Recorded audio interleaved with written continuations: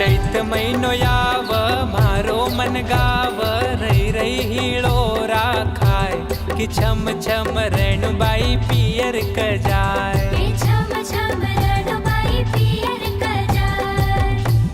चैत महीनो याव मारो मन गाव रही रही हिलोरा खाए कि छम छम रेणुबाई पियर क जाए। छम छम रेणुबाई पियर क जाए।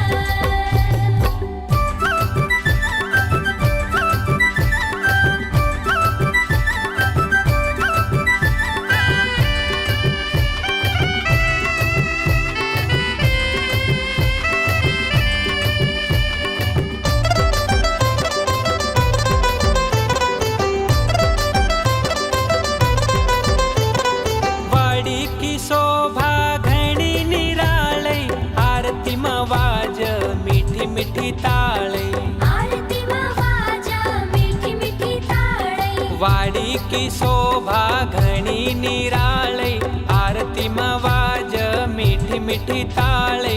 आनंद यो मननी समाय कि छम छम रेणुबाई पियर क जाए। छम छम रेणुबाई पियर क जाए।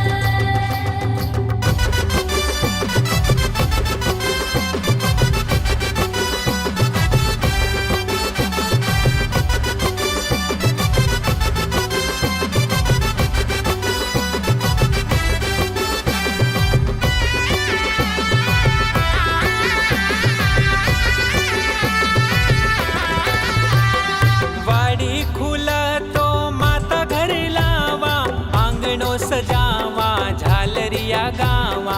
आंगणो सजावा झालरिया गावा। वाड़ी खुल तो माता घरी लावा आंगणो सजावा झालरिया गावा। ढोलीडो ढोल धमकाय कि छम छम रेणुबाई पियर क जाए।